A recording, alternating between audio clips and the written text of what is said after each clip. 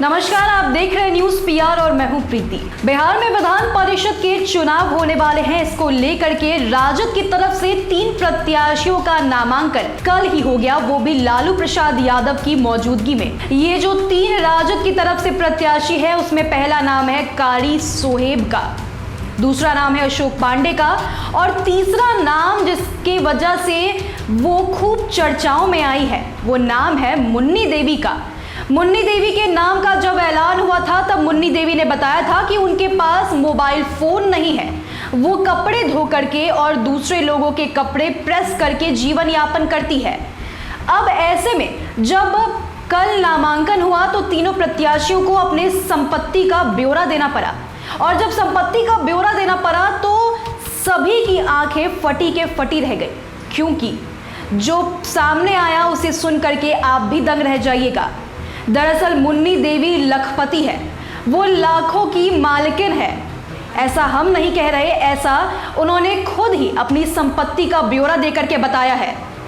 दरअसल आपको बता दें कि मुन्नी देवी के पास 150 ग्राम सोना है, 1 किलो चांदी है, वो लाखों की मालकिन है।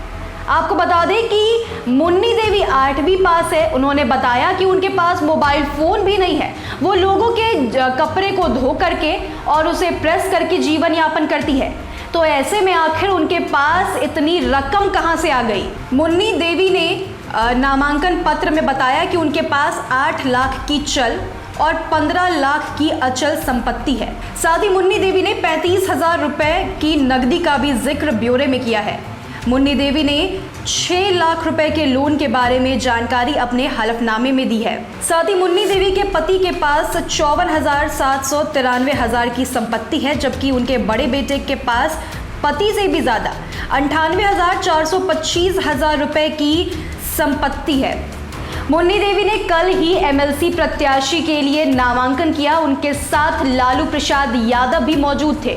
मुन्नी देवी का नाम काफी चर्चाओं में आया, क्योंकि किसी को उम्मीद नहीं थी कि 8वीं पास एक कपड़े धोने वाली को कोई कैसे एमएलसी प्रत्याशी बना सकता है। लेकिन उस वक्त उन्होंने बयान दिया था कि जिस तरीके से वो पीट पीट कर कपड़ा धोती है, उसी तरीके से वो पीट पीट कर बीजेपी का खात्मा कर देगी। जैसे ही उनके नाम की घोषणा हुई थी, वो राबड़ी आवाज गई थी। उस वक्त उन्होंने बताया था कि उनके पास मोबाइल फोन भी नहीं है। लेकिन कल जब संपत्ति का ब्यौरा देने की बात आई तो उन्होंने अपने पत्र में इतनी सारी संपत्ति लिखी कि लोग भी अब हैरान हैं कि आखिर कैसे उनके पास 150 ग्राम सोना है, 1 किलो चांदी है, करीब 23 लाख रुपए की चल अचल संपत्ति है। अब ऐसे में देखना होता है कि इस मुद्दे के सामने आने के बाद बिहार की राजनीति में क्या कुछ होता है। तो फिलहाल इस खबर में इतना ही। आप बने रहे न्यूज़ पीआर के साथ। धन्यवाद।